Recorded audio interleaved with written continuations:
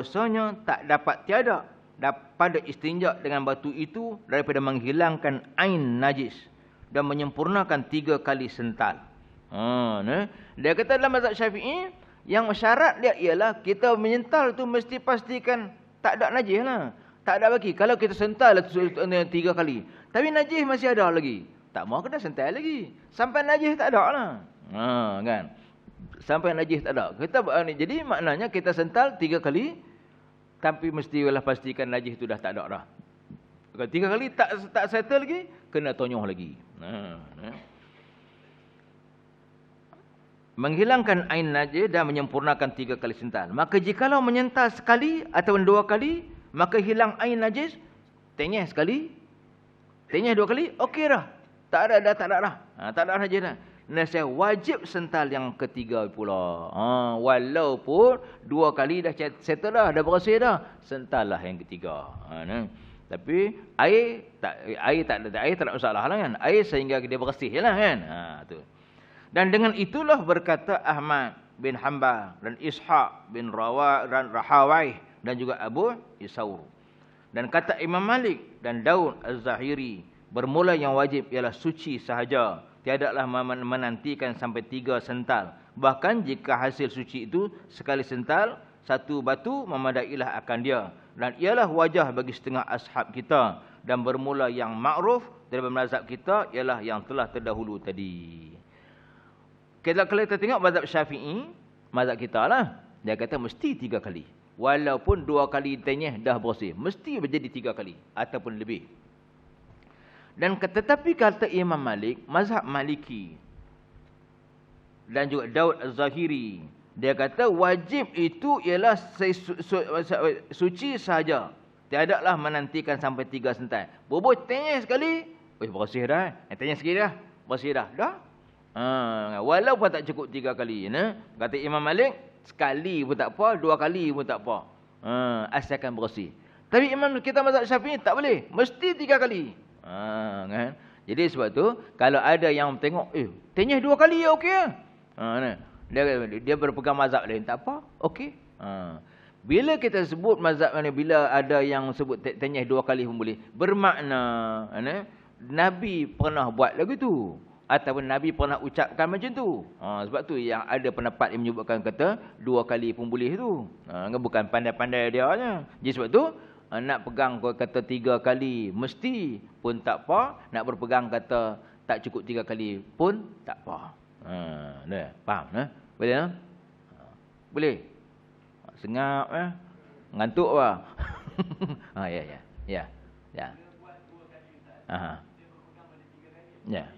Ya. Baik. Kalau katakan dia tak tahu pun, dia tak mengaji pun, dia tanya-tanya 2 kali.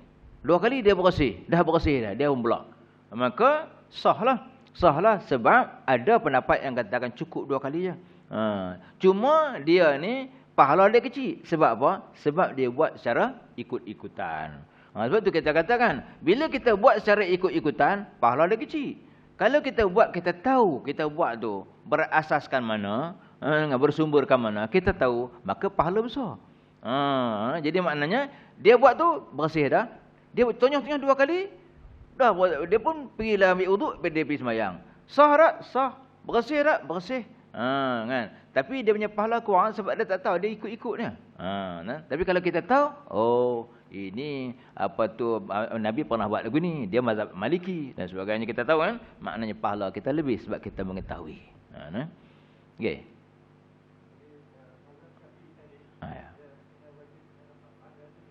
Ya. Ya. Ada tak? Terima kasih. Maknanya sekiranya kalau mazhab Syafi'i, dia kata mestilah 3 kali. Sekiranya tak bersih, tengok yang kali ketiga, tengok yang ketiga pun tak bersih juga, dia ambil batu yang keempat, tonyong, okey, clear. Okeylah, tak payah nak buat 3 kali lagi. Kan? 3 kali tak payah. 3 kali, kalau tak bersih, tambah sekali lagi. Tak bersih lagi, tambah sekali lagi. Dah clear? Okey. Jadi maknanya sekurang-kurangnya 3 batu. Sebab apa? Sebab berdasarkan hadis tadi yang kita baca tadi, dia kata Nabi melarang kami untuk beristinja kurang daripada 3 batu tu. Tu dalam hadis tadi kan. Jadi mazhab Syafi'i berpegang pendapat itu. Jadi dia kata bawah 3 tak boleh. Baik. Kalau katakan dia tidak dia rasa was-was, bersih ke tak? Bersih ke tak ni? Maka seperti mana biasa, kalau rasa tak bersih, masa was-was hendaklah ditambah lagi. Ditambah sampai kita bersih. Cuma kita kena sedar bahawa kita kena tahu bila bagi orang jenis was-was punya orang, dia kena faham bahawa syaitan dia sentiasa nak mengganggu kita. Oleh sebab tu bila 3 kali tu kita kena sedar bahawa 3 kali tu memang bersihnya. Kecuali lah masih berbau. Buah 3 kali ya. Berbau lagi. Kan? Lainlah kan. Tapi kalau sekiranya kita dah tak ada nampak kesan-kesan lagi dah, kan? Maka 3 kali pun sudah cukup bersih. Kan? Jadi kita kena yakin yang dia tu dah cukup bersih.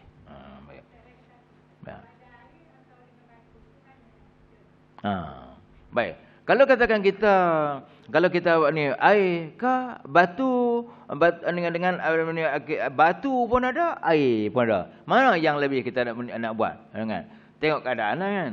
Kalau kita duduk dekat Cameron, sejuk, musim sejuk, kan? Mana lagi bagus? Sudah tentu batu lagi bagus lah kan.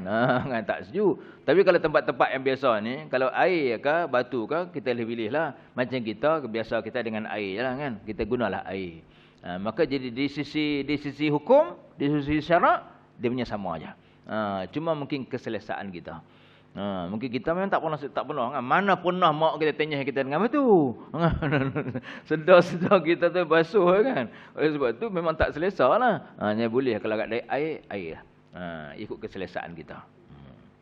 Ada orang tak selesa dengan air. Duduk tempat-tempat sejuk tu, dia cari tisu juga tanya. Kan? Buatlah dengan tisu.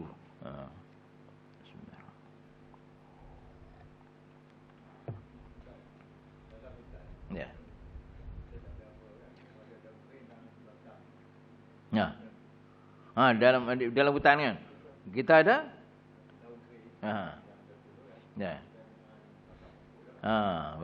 Ya, ke dalam hutan kan. Kita masuk dalam hutan, menoreh kita, kan? Duduk hutan. Jadi maknanya kita ada pilihan kita, daun-daun getah, batang-batang kayu, pokok getah. Makna kalau pokok getah nak tenyeh lagi senang. Kan? Jadi maknanya tak payahlah nak menggunakan 2 tangan. Kalau daun susah juga kan. Daun satu nak pegang, satu nak tonyo. Nak pegang yang mana itu kita petikaikan tadi kan. Nak pegang yang mana? Nak pegang ni. Kalau batang getah senang. Pegang je belah kiri pergi tenyeh. Begini kan masa getah. Terima kasih tukang tanya bagi hidup suasana. Ya kan?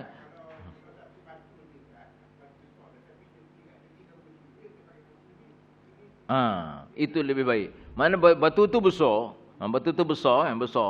Kan. Tenyeh sebelah ni satu, tenyeh belah sana satu, tenyeh belah sana satu. Boleh. Jadi batu besar kan. Tak apa kan. Jadi jaga-jaga semut banyak. Jaga. Kena jaga kan. Boleh. Yalah, kita buat bukan depan orang kan. Kita aja antara kita dengan Allah kan. Bukan kita nak malu kan. Tu. Sanya telah berkata, masalah yang istinja, 1 batu 3 kali sintal. Sanya telah berkata ashab kita Syafi'i. Dan jikalau seorang beristinja ia dengan sebiji batu yang ada baginya 3 bucu. Tu nah. Tu. Batu besar yang ada 3 bucu. Ataupun batang kayu yang ada 3 bucu, 3 sudut. Ni pokok getah ke pokok balak tak kira lah kan. Jaga-jaga jangan pokok yang gatal. Tu dengan maka dia kata sahnya telah berkata ashab kita Syafi'i, mazhab Syafi'i, jikalau seorang beristinja ia dengan sebiji batu yang ada baginya 3 bucu, maka disentalnya tiap-tiap bucu itu sekali sental. Nescaya memandailah akan dia. Tu nah, bucu 3 bucu. Yang kita tenyeh 3 bucu. Dia sebut sental, kita sebut tenyeh. Kerana yang dikehendaki 3 sental itu cuci. Berarti mana Yang dimaksudkan itu ialah 3 sental tu, 3 tenyeh pun boleh bersih dah. Dah boleh bersih dah. Sebab tu dia kata 3 sental tu. Tapi kalau tak cuci lagi, macam tadi, kita buatlah yang keempat. Tetapi 3 biji batu lebih afdal daripada sebiji batu berbuju 3. Kan? 3 biji batu tu lebih afdal lah. 3 biji batu lebih afdal. Tapi dari segi nak pegang tak nak kena jaga kan? Susah kan? Kan nak tenyeh tu. Kalau 3 biji batu, mungkin sebiji batu dekat sini, sebiji batu kat sana, 3 biji batu. Tenyeh sini, tenyeh sini, tenyeh sini. Merata-rata kena tenyeh. Bolehlah. Maka hendaklah kita sental dubur 3 kali dan kubul juga 3 apabila berak dan juga kencing. Jadi makna kalau kita ni kencing dan berak, kedua-dualah. Takkan berak saja tak kencing. Kan? Jadi makna berak dah tentulah kencing. Tapi tak tahulah kalau boleh tahan, lepas berak tak kencing, tak apalah kan. Biasanya berak dan kencing sekali kan. Maka kedua-duanya kita kena sental lah. Dan yang afdalnya dengan 6 biji batu. Dah carilah 6 biji batu. Maka jika hendak memadakan dengan sebiji batu, berbucuk 6 boleh jua. Tu nah. Jadi makna yang tu lebih sudahlah.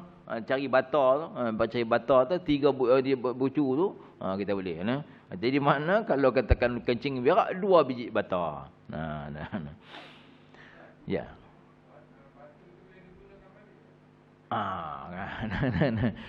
Batu tu kita boleh guna tak? Kat batu tu kita boleh guna tak? Maknanya bila dah kita tenyeh itu, di situ dah bernajis lah. Tapi kalau esok lusa, malam tadi mungkin hujan. Kan? Mungkin hujan malam tadi, maka bolehlah kita gunakan. Ni. Katakan hari ni, atau kita bubuh batu tu. Batu tu, dah tenyeh dah kan? Besok minggu depan, tenyeh lagi batu tu. Minggu satu lagi esok, mai lagi, menoreh getah lagi, tenyeh kat batu tu lagi. Kan? Boleh tak? Boleh lah. Sebab kita tak tahu balik kat tadi dah hujan dah embun dah, bersih balik lah. Maka kita boleh lah gunakan lagi. Kalau yang dalam hutan, kubur sakit Ustaz. Kubur sakit berak tu jenis yang kiri utama.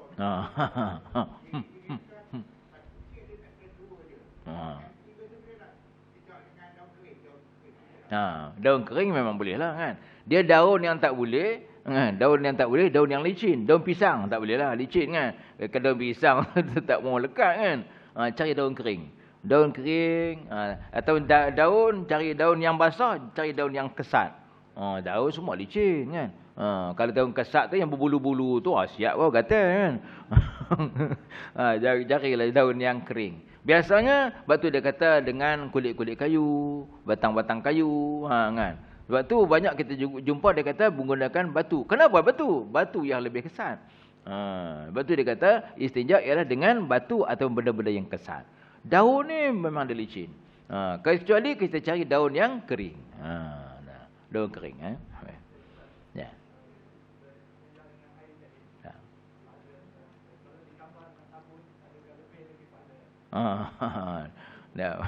Menggunakan sabun kan. Kalau kita menggunakan sabun, baik tuan-tuan, kalau kita tengok, kalau kita menggunakan sabun, kita menggunakan sabun, kita buah nak bagi bagus sikitlah, kita menggunakan apa tu pewangi kan.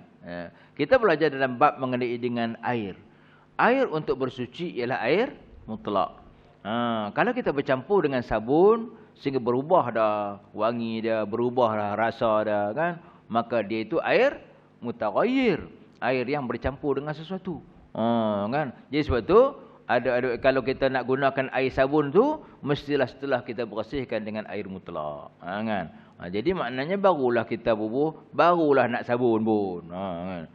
Kadang-kadang saya pun heran dekat jamban-jamban kan. Ada orang bubuh sabun. Nak buat apa sabun?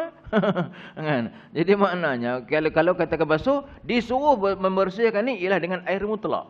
Kan? Dah kata bubuh sabun lagi wangi. Lagi bersih. Walaupun dia wangi bersih tapi dia bercampur dengan sesuatu yang lain dah jadi air mutaghayyir, air yang bercampur. Jadi nak membersih ialah dengan air mutlak. Terima kasih sebab bagi tahu, peringat kan. Jadi makna menggunakan air mutlak. Jadi lepas tu, dah selepas air mutlak tu, barulah kita nak buat sabun, mewangikan dia. Wangi dah dapat pahala. Kan? Mewangikan, membersihkan, malaikat suka. Jadi lepas kita bersih, baru kita wangikan dia. Nak sembuh. Luar wangi tu nak sembuh. Kasih wangi. Betul apa? Boleh wangi. Tapi selepas kita proses dengan menggunakan air mutlak. Baik. Terima kasih. Bermula beristinja dengan perca kain dan seumpamanya daripada benda-benda yang yang kesat itu adalah harus. Dengan menggunakan perca kain. Kain-kain lama tak pakai tu kita bawa lah kan. Tenyehkan kain itu lebih baik. Dah tentu dah kain tu memang tak ada semutnya. Jadi lebih selamat lah daripada daun-daun kayu tu. Daripada batang-batang kayu tu takutnya punya semut api. Bawa kain-kain perca tak pakai tu. Maka daripada benda-benda yang kesat itu harus. Maka boleh digunakan untuk menyentalnya beberapa kali pada satu perca kain itu dengan syarat tempat sental yang pertama itu jangan kena dengan sental yang kedua dan ketiga dan keempat. Dan maknanya dia kata kain tu kita bawa kain besar tu tenyeh sebelah ni, tenyeh sebelah ni, tenyeh sebelah ni dengan tuala. Tuala tak pakai lah. Jangan tuala pakai pula nanti kan anak kita buat mandi pula. Yang tak pakai asik ke dah.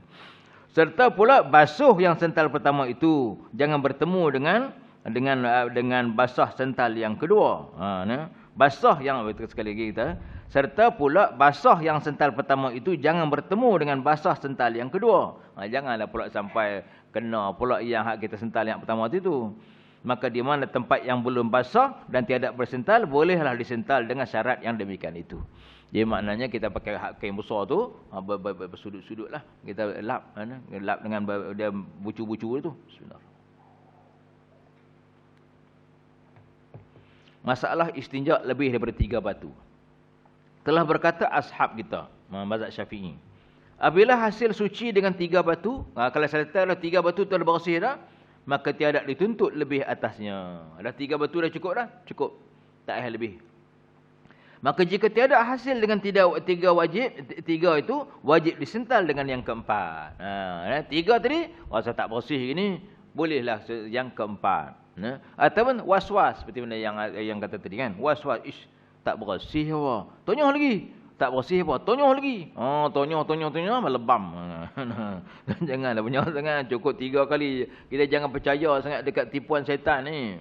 Kadang-kadang kita ditipu kan. Sebab tu kita sebut mengenai dengan istibrak. Kita disuruh istibrak tu kan? Nak memastikan kencing tu habis, lawas.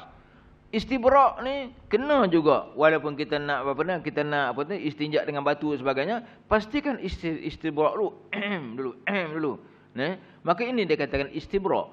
Istibrak ni tak semesti dengan berdehem. Ada orang berdehem tak lepas. Dia kena bangkit jap. Goyang dulu boleh.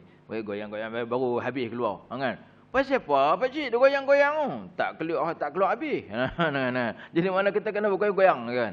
Ataupun orang lelaki kan? Orang lelaki dia kena tahu kan? Orang lelaki kita kena beritahu anak kita. Kalau yang keluar tak habis, kita kena tarik sikit. Tarik bagi dia keluar habis. Kan? Bagi keluar habis. Bagi keluar habis, baru kita boleh ni apa tu. Orang perempuan dia kita kena tekan kan? Tekan kat mana entah. Kan? Bagi keluar habis. Yang penting kena bagi keluar habis. Sebab apa? Sebab seperti mana yang kita sebut mengenai dengan hadisnya kan. 2 orang diseksa dalam kubur kan. Dia menangis dalam kubur. Nabi kata, tahu tak kamu, dia kata, apakah kesalahan mereka sehingga mereka tu diseksa dalam kubur? Kata sahabat ini, tidak tahu ya Rasulullah. Maka Nabi kata, sebenarnya mereka itu melakukan kesalahan tidaklah besar. Kesalahan mereka bukanlah besar, kecil pada pandangan manusia, tetapi di sisi Allah besar. Apa dia?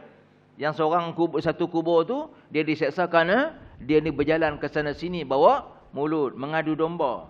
Sembang cerita kat sana, cerita sana, cerita sampai bergaduh orang, mengadu domba. Adik-beradik kata kisah lah kan. Dia ni kakak yang sulung, atau dia kakak yang kedua. Dia mengelaga-lagakan adik, laga-laga sampai bergaduh mereka. Ataupun lagakan dengan mak. Cerita ke mak gini, cerita ke adik gini, cerita ke mak gini, cerita adik. Lama mak dengan adik bergaduh. Ni walaupun kita tengok di dalam dalam masyarakat kecil, masyarakat keluarga kita, di perbuatan mengadu domba ni akibat dia sangat besar. Maka duduk dalam kubur tu kena seksa, teriak dalam kubur mohon pertolongan. Yang kedua Nabi kata satu kubur lagi tu pun sama, kita nampak macam dosanya, nampak macam kecilnya, tapi besar di sisi Allah, iaitu bila kencing tak istibrak. Bila kencing tak istibra'. Bila tak istibra', nanti bila kita dah istinja, lepas tu kita jalan, dia keluar lagi. Bila keluar lagi, sembahyang tak sah. Maka Allah hukum. Tapi ada jenis yang saya nak bagi tahu ni, dia dah istibra' dah. Dah istibra' dah istibra' dah. Dah berdehem dah. Lepas tu dia istinja, tiba-tiba berjalan, keluar juga tanpa dia ketahui. Ada jenis ni, keluar kita tak ketahui. Tak sedar. Yang ni Allah ampunkan. Yang ni Allah ampunkan sebab dia dah bersungguh-sungguh dah istibra', sungguh-sungguh istinja dah elok dah, maka keluar juga tanpa diketahui, Allah ampunkan. Tapi kalau tak istibra' tadi, betul-betul jalan-jalan keluar air, tiba-tiba dia sembahyang, yang ni Allah tak ampunkan. Sebab apa? Dia tak bersungguh-sungguh dalam menjaga hal kebersihan. Jadi maknanya inilah. Dan begitu juga benda-benda yang kita tak tahu, yang kita tak tahu dah kita jaga dah, tapi kita tak tahu apa-apa pun, maka Allah ampunkan yang di luar pengetahuan kita. Kan? Macam kita sembahyang gitu juga kan. Kita tak jaga pun dari segi ni kain kita, kebersihan, kita tak apa nak jaga. Kita buat tak kisah. Maka kita sembahyang tak sah, maka kita akan dihukum. Tapi kalau kita jaga, kita tak tahu rupanya najis semalam anak kita tetap macam pancut dekat kain kita. Kita tak tahu. Kita ingat dah elok lah, kita pergilah sembahyang kan. Maka yang ini Allah ampunkan. Sebab apa? Sebab tanpa pengetahuan kita. Tu sebenarnya dalam Islam ni mudah je. Baik, sambung. Telah berkata ashab kita, apabila hasil suci dengan 3 batu, maka tiada dituntut lebih atasnya. Baca dulu tadi. Maka jika tiada hasil dengan 3, wajib disental dengan yang keempat. Kan? Kalau ni 3 cukup dah, tak apa. Kalau 3 rasa tak cukup lagi, sental yang keempat. Maka jika hasil suci dengannya, maka tiada wajib lebih, tetapi disunatkan gasal atau ganjil dengan yang kelima. Kan? Tapi kalau dah cukup dah, 4 dah. Ni apa tu? Ni dah selesai dah. 3 tak apa nak clear lah rasa ni. Kan? Tak apa nak bersih, tonyoh ke 4. Okey dah clear dah. Tapi nak tambah satu lagi untuk jadikan ganjil pun baik juga. Kan. Maka jika tiada hasil dengan sental yang keempat, wajib yang kelima. Maka jika hasil dengannya, maka jangan lebih. Demikianlah pada barang yang lebih. Manakala hasil suci dengan gasal, maka jangan lebih. Dan jika tiada, nescaya wajib suci dan disunatkan asal. Baik, tapi janganlah berlebih-lebihan. Semua benda, semua perkara, kalau kita buat berlebih-lebih, jadi makruh. Kurang pahala, hilang pahala sebab berlebih-lebihan. Tapi jadi sebab tu kita nak ikut ni, khairul umur awsatuha. Sebaik-baik pekerjaan itu sederhana. Tak mana hak macam mana Nabi suruh. Kan? Atau nak lebih-lebih sikit, tak apalah. Tapi jangan berlebih-lebihan. Dia berlebih-lebihan, jadi semua jadi tak baik. Tu. Jadi maknanya kita kena ikut macam mana had Nabi suruh. Sebab tu Nabi kata, sallu kama ra'aitumuni usolli. Semayang ikut macam mana aku semayang. Jadi sebab tu kalau orang kata, pasal apa hang buat macam ni? Sebab Nabi buat lagu ni. Kan? Pasal apa semayang lagu ni, baca lagu ni? Sebab Nabi buat macam ni. Kan? Tak ada sebab. Ada sebab tak? Tak ada sebab. Sebab Nabi suruh. Bila Nabi suruh tu maknanya datang daripada Allah. Bila datang daripada Allah, confirm dapat pahala. Boleh tak kalau kita baca sesuatu benda yang bukan datang daripada Nabi, yang bukan datang daripada Allah, tapi kita mengharapkan pahala, boleh tak? Kan? Kita baca sesuatu, kita wirid sesuatu yang tak disuruh oleh Nabi, tapi kita harapkan pahala daripada Allah, boleh tak? Tak boleh lah. Sebab gitu kita buat sendiri, itu kita nak pahala. Macam mana? Benda yang Allah suruh buat, kita buat baru dapat pahala. Sebab bila Allah suruh, maka diiringi dengan pahala. Allah suruh je, diiringi dengan pahala. Maka kita buat, dapat pahala. Kalau kita buat tanpa yang hak disuruh oleh Allah tu, maka hukumnya harus. Bila harus, jangan harap pahala lah. Macam kita nak pakai ni, nak pakai kasut cantik-cantik, nak pakai kereta cantik-cantik, nak pakai kereta baru lah, nak pakai kasut baru ke? Boleh tak? Boleh. Hukumnya harus. Maka pahala dapat tak? Tak dapat pahala lah, biasalah. Kan? Pahala tak dapat, dosa pun tak dapat. Harus, boleh. Macam kita berubat penyakit. Kita ubat penyakit. Hukum ubat penyakit pada haruskah, sunatkah, haramkah, makruhkah? Kita sakit kepala, beli ubat, kita makan ubat. Hukumnya apa? Harus. Kan? Harus kan? Nak berubat tak apa, tak ubat tak apa. Nak makan ubat, makan. Tak nak makan, tak apa. Kan? Sebenarnya. Ya, ikhtiar. Maka kita boleh. Siapa-siapa yang sakit ni sakit jantung. Baru-baru ni satu hamba Allah. Ni, dia kata sakit jantung dia kena buah bateri. Bateri dia kena duit. Dia berapa puluh ribu kena duit. Dia kata sayang pula duit kata. Dia sayang duit nak beli bateri untuk dia. Dia sakit jantung, surah sumbat dia kata. Doktor kata kena buah bateri. Bateri tu pun belas-belas ribu dekat 20 ribu tu dah. Tapi yang hak kuat lagi sampai 100 ribu lebih pun dah kata kan. Siapa-siapa yang pakai bateri lah. Dia tahu lah kan. Jadi dia kata nak beli bateri sayang duit pula ustaz dia kata. Buang duit kat situ. Jadi dia kata apa hukumnya? Boleh ke kita sayang-sayang duit untuk buat perubatan ni? Nah, berubat ni hukum asalnya ialah harus. Nak berubat tak apa, tak ubat tak apa. Tak apalah aku nak redha, biarlah aku mati tak apa. Aku redha lah. Kalau Allah takdirkan aku nak mati, aku mati lah tak apa. Duit simpanlah untuk anak-anak.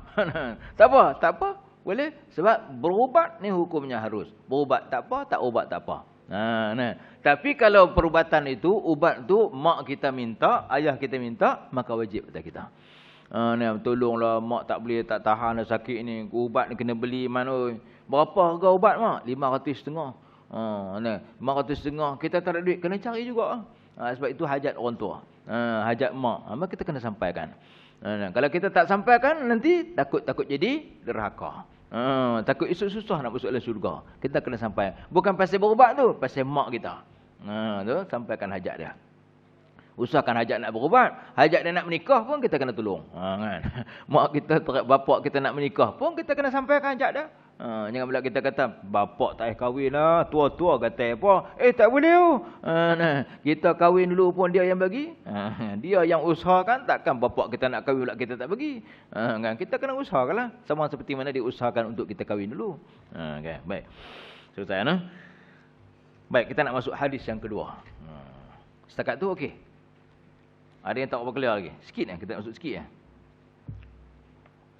Okey sambung sikit. Bab yang ke-13. Ni tak sempat habis lah. Sikit . Babul istinja'i bil hajarain. Bab istinja' dengan dua batu. Sikit ni . An Abdillah qal.